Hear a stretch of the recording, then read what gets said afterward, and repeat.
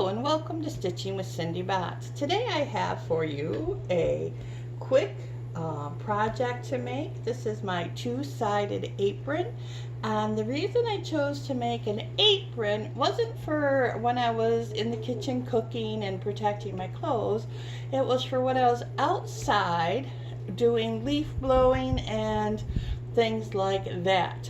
I went outside to do some yard work and I didn't have any pockets, and now where am I putting my phone? Where am I putting the batteries for the leaf blower and the weed whacker? And it just made sense to make myself some pockets. So here is my apron. So on the one side I made these big drop-in pockets. These are 6 inches wide and they're nice and deep for the batteries for, like I said, the weed whacker and the leaf blower. I've got some pretty soft ties for it, a little waistband, nice little coordinating fabric.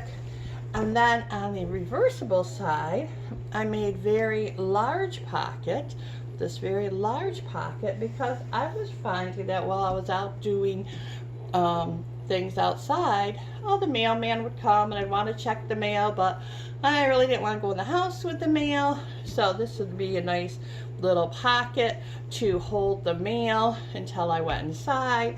And then I made this pocket here. It's a little bit narrower, but again nice and deep for my phone, so that when I bent over to pick up sticks and stuff in our nice wooded lot, the phone wouldn't be falling out. And I have lost it in the yard before, and over an hour later to find it, because by then, I found out I had the ringer turned down, and after calling it several times the battery was dead, and it's just fun stuff that happens in life.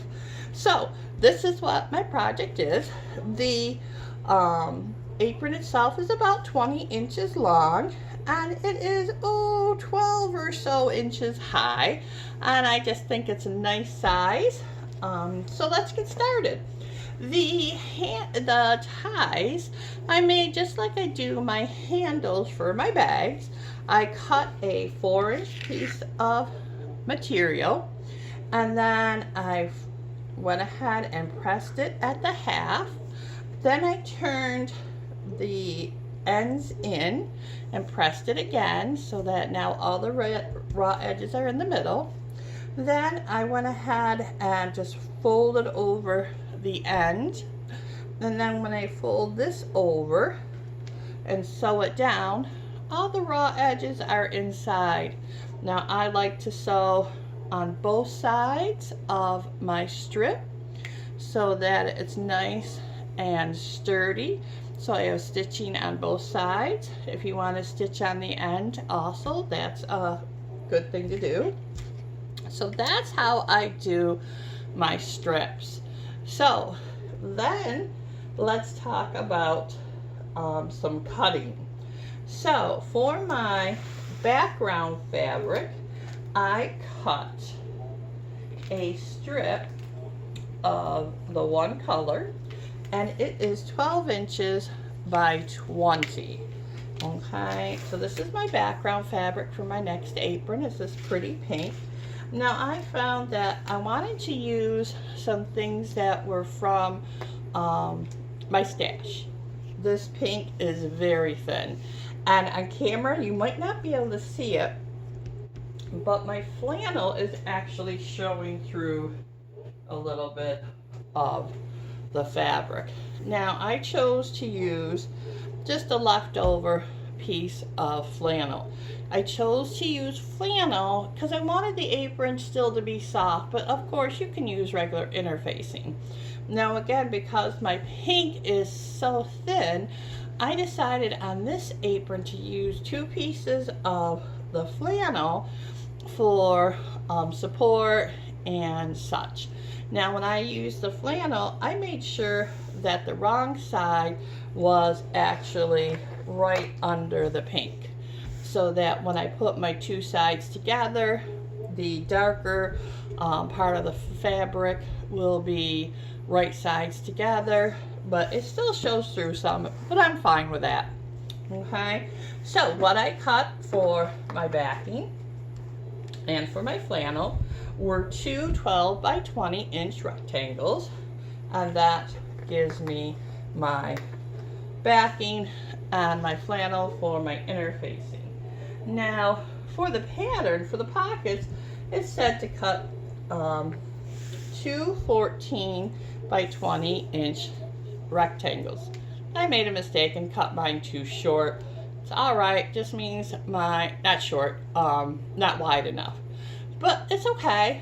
I just gonna have a little smaller pocket, and on the other side I went ahead and added a second strip and put that in the part of the pocket that's not showing. So the one is going to be deeper on the back, and then the one on the front is going to be a little smaller. Now the size of your pockets are up to you. On this one, on the one side, I'm making my pockets half the width, and then on the other one I'm going to make a 6-inch for my phone and leave the rest for my mail and things. So for the pockets, again, you're going to want to cut two 14 by 20 inch of the coordinating fabric, and then you're going to want to cut two pieces 4 by 20 for your trim. Then you go ahead and you take your trim piece and you sew it right onto your pocket body. Now we're going to make a tube, so you're going to take this part and you're going to fold it over, then leaving the two ends open, you're going to sew on the top. Okay, so you're just going to sew right here. Okay, then you're going to turn your tube right side out, and that will be your pocket. Okay, so let me slide this one over. So here's my pocket. Now this is the tube part, and what I did when I turned it right side out is that I made sure that I went ahead and moved this part up and just pressed it to where I wanted the trim. If you only want a little bit of trim showing, just move it up higher. Okay, so you want a lot of trim, move it down more, and if you only want a little bit, just move it up and press it. Turn it right side out and press it, and that's how you get your trim. Now for the rest of the cutting directions for the waistband, I cut out of this fabric a 4 by 20 inch rectangle, and for the ties I did 4 inches by 18 inches, and that's all the cutting. So once I had my pocket made, turned right side out, pressed, and all that nice stuff, I sewed it right on to the flannel and backing piece. Now the reason I did that is I want these pockets to be good and strong. These batteries in the for the weed whacker and the leaf blower are heavy, and I have several of them because my lot is a little over an acre and it's all wooded, and I try to do quite a bit of the leaves that are right around the house because I don't want snakes and critters. We get a lot of spiders. All right, so anyways, that's just a side note. So the next thing I did was take the 4-inch waistband piece. After sewing on the pockets, I sewed that to the top. Now this means one side is done. Next, what I did was I went ahead and sewed the second piece with the, well, let's flip this the other way so it looks a little prettier on camera and it's not so confusing. Let's just kind of roll this up a little bit, tuck that over just so we get a good picture. Okay, so there's our other pocket, and again what I did was I folded it to the middle, and then I creased it a little bit, knew where the middle was, and then I did 3 inches on each side. I had a nice 6-inch pocket in the middle, and out of 20, there you go. It has a little bit of a seam allowance allotment, but you should have 3 6-inch pockets.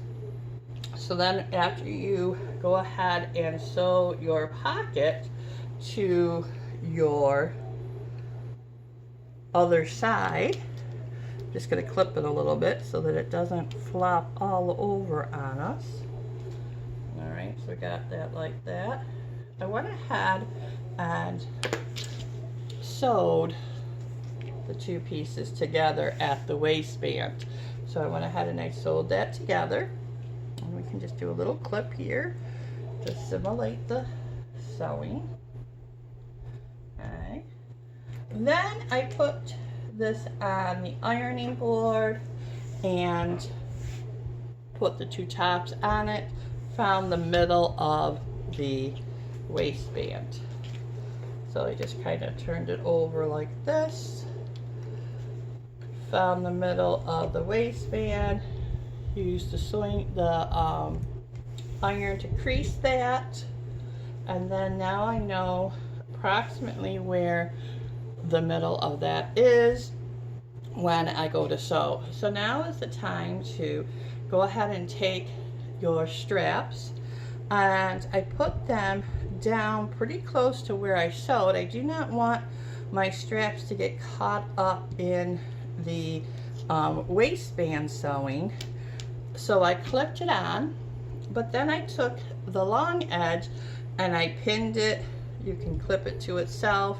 I find that if you pin it to the back, it's gonna hold together nicer, and it's not gonna flip as much into your way. Let's see if I have a pin here. All right, so just by pinning this down, when you go to sew things, your strap isn't gonna move and get sewn into your side seams. Okay, and I just did that with both sides. Again, inching it or snugging it up to there so that I know it's not gonna get in another seam. Okay, and pin that down. I don't know if I have another pin right handy here. Doesn't look like I do, but oh, wait a minute. Here it is. Okay, caught on a thread. So you want to pin these down. So again, they don't get caught anywhere. Okay, then it's just a matter of taking your 2 pieces here that have been sewn together, turning them right sides together, sewing these sides, and leaving a space. So I went ahead and sewed my sides, and I left the space at the bottom. Now what's nice is that you've already sewed your pockets to the bottom. So these are going to be nice strong pockets. So I go ahead and sew the 2 sides, and then I leave a nice opening at the bottom, turn it right sides out. You can trim the corners like you would for any other project. Okay, and then I do a top stitching around the top where the waistband edge is. You can unpin these then and go ahead and top stitch that and the sides and tuck under your piece here. Okay, and then you have a really nice apron. I hope you enjoy this tutorial. I am going to hold up my little directions. I don't know if you can take a screenshot of that to print it or to refer to, but I'm just going to hold it there for a second, just as a reference, I guess you'd say.